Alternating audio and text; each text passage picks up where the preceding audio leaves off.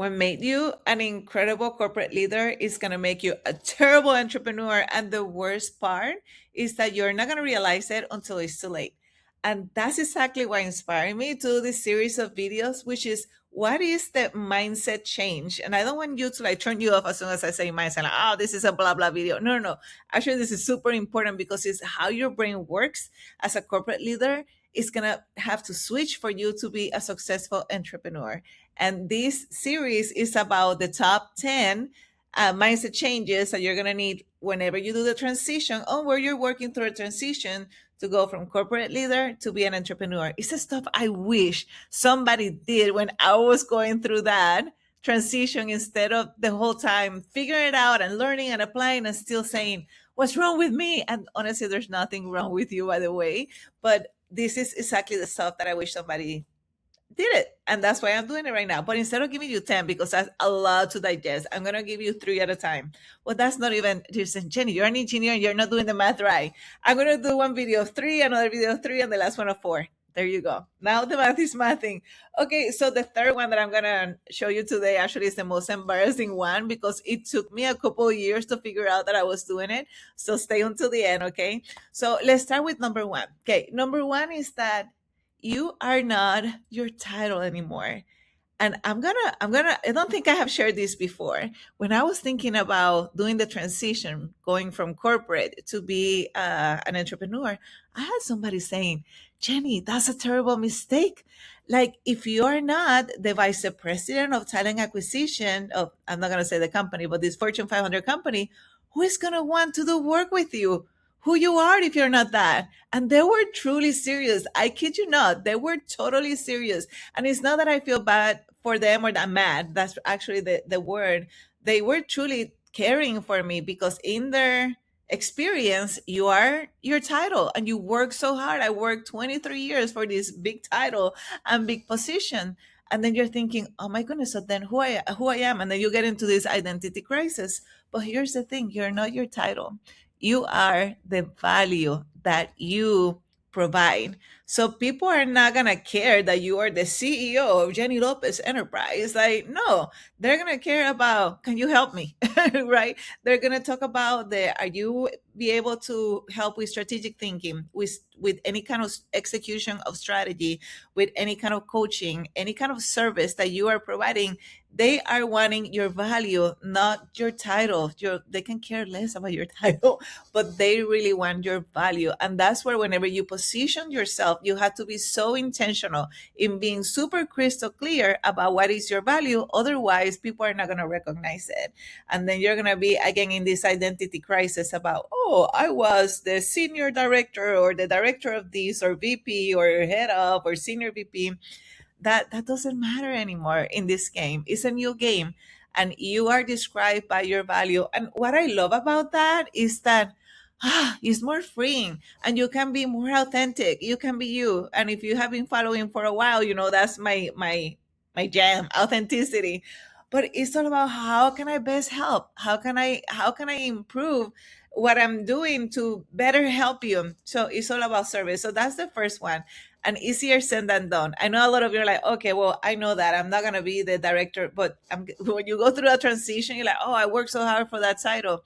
Forget about the title. That's honestly, it doesn't matter. What matters is the experience that you build, the skill set that you build during that transition, right? During that corporate career, because all of that is gonna apply here. So it's not about title, it's about value. So that was like the number 1. The number 2, oh gosh, just as guilty, is that it's not about busy work. It's about work that is moving the needle in this new one. And when you're a corporate, you get recognized about how hard you work and how busy you are. I remember back in the day, like you will see people, especially people in supervision, walking around to see if you were in your office at 8 a.m. and if you were still at 5 p.m. working hard, because that's what it was recognized. You get recognized by all the meetings that you go to, and if you are needed, and it's just you're busy all the time. That's why when you get back home, you're like, oh my god, what just happened? I feel like I was just like a zombie going hour by hour and not really doing a lot of things. So various, going from meeting to meeting. I remember those days. But now it's not about busy work, it's about strategic work. So it doesn't matter if in your entrepreneur life, you're still working these crazy hours if you're not moving the needle, if you're not moving the needle. So this is not about busy work. This is about focus. This is about strategy. This is about creativity. This is about leverage. And I actually, this is so cool that this is by itself can be a whole video, which I am already giving an idea for a video later. But let's talk about the mindset. This is about strategic thinking. So again, it's not busy work. It's about the work that matters. And I actually just did a video, especially for those of you women entrepreneurs, to understand also from a feminine energy and just your feminine nature, that you also need to understand your whole cycle and your flow so you can optimize your work. So make sure that you follow that video because it's really good. All right, so again, not about busy work, and again, this is stuff that you're probably listening and say, duh, Jenny, I know that. But it's not until you are actually doing it that you realize that you still go back to the old behaviors of busy work, because that's what you get recognized for before.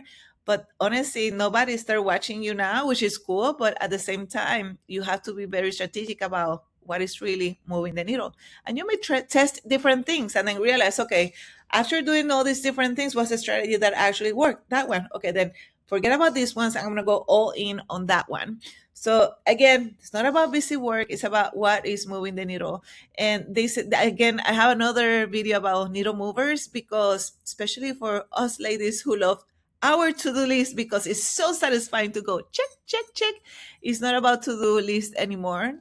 It's about being very strategic, proactive. Don't wait until you wake up to say, let's see, what am I going to do today? No, that doesn't work in this entrepreneur life.